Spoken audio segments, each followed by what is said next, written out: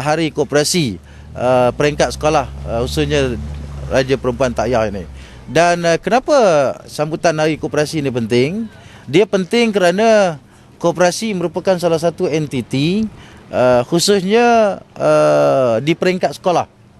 Bagaimana pendidikan untuk kita melahirkan usahawan-usahawan ataupun keusahawanan kepada pelajar-pelajar, walaupun main ataupun hakikinya mereka sebagai seorang pelajar, tetapi mereka juga perlu diberikan perolehan-perolehan, contohnya dari segi pengalaman-pengalaman, ruang-ruang perniagaan, sehingga kan mereka mampu untuk berkombinasi dalam bentuk seramai. Maknanya koperasi dia bukannya seorang, tetapi dia melebihi daripada 50 orang. Dan 50 orang ini dia perlu untuk pula bawa keuntungan. Dan keuntungan itu akan tercapai dengan banyaknya aktiviti-aktiviti ruang-ruang perniagaan yang dilakukan. Dan termasuklah bagaimana perolehan mesyuarat yang diputuskan, bentuk-bentuk penambahbaikan dan sebagainya. Itu merupakan pengalaman-pengalaman yang perlu ditimba oleh pelajar-pelajar ketika mana mereka di sekolah. Dan secara umumnya kita juga mengetahui bahawa pelajar-pelajar daripada sekolah menengah Raja Perempuan Takyah ini mereka cukup advance ke depan.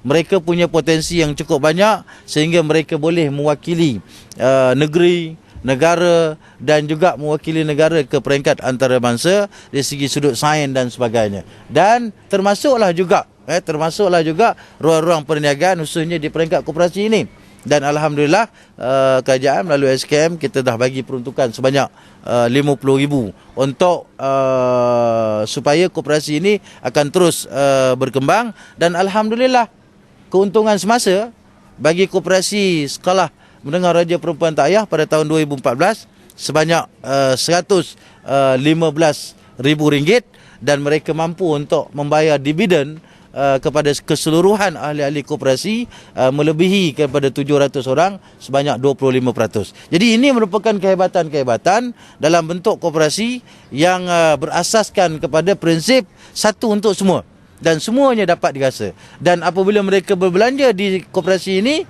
sekaligus pelajar maupun juga ahli, dia juga membantu diri dia sendiri. Dan ini perlu untuk kita pupuk dan sekolah ini juga sebenarnya dia mampu mempelbagaikan aktiviti, bukan hanya keperluan-keperluan asas kepada pelajar-pelajar, tetapi mereka juga sudah mampu untuk mengurus khususnya pembersihan kawasan, pengurusan dobi dan sebagainya, termasuklah kedai tukar ataupun kedai koop yang ada ini. Jadi ini merupakan potensi-potensi yang perlu kita garap khususnya kepada pelajar-pelajar yang mempunyai kemenjadian skill yang cukup tinggi. Pada saya, mereka mempunyai kemenjadian skill, potensi, reputasi yang cukup baik untuk kita garap. Dan salah satu elemennya, saya katakan tadi, ruang-ruang ataupun jenjang-jenjang perniagaan, keusahawanan. Dan di sanalah mereka akan dapat mampu untuk mendisiplinkan diri mereka,